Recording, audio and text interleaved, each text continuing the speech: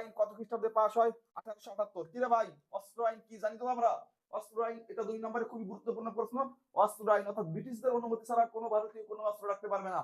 যদি এই প্রশ্নটা 2 নম্বরে আসে তাহলে তুমি কত সুন্দর করে সাজিয়ে লিখতে পারবে কমেন্টে জানিও। নেক্সট দেখো 32 নম্বর, ভার্নাকুলার প্রেস অ্যাক্ট কবে পাস হয়? 1878 খ্রিস্টাব্দে। 33 নম্বরে কি আছে, কার শাসনকালে অস্ত্র আইন এবং ভার্নাকুলার প্রেস অ্যাক্ট পাস হয়? লর্ড লিটনের শাসনকালে। কত সালে কার আমল সংবাদপত্র আইনটি প্রত্যাহার হয়? 1881 খ্রিস্টাব্দে। 24 জানুয়ারি লর্ড লিটনের আমলে। কবে কারা সর্বভারতীয় জাতীয় সম্মেলনের আয়োজন করে? সুরেন্দ্রনাথ ও আনন্দমোহন বসু। দেখো এইটা হলো পার্ট 1, তোমাদের কাছে চলে গেল পার্ট 1। পার্ট 1টা রেডি করো, আর আমি রেডি করি কি পার্ট 2। তুমি বারবার একটাই কথা বলছি, দেখো ইতিমধ্যে 1, 2, 3 অধ্যায় সম্পূর্ণ পার্ট কমপ্লিট।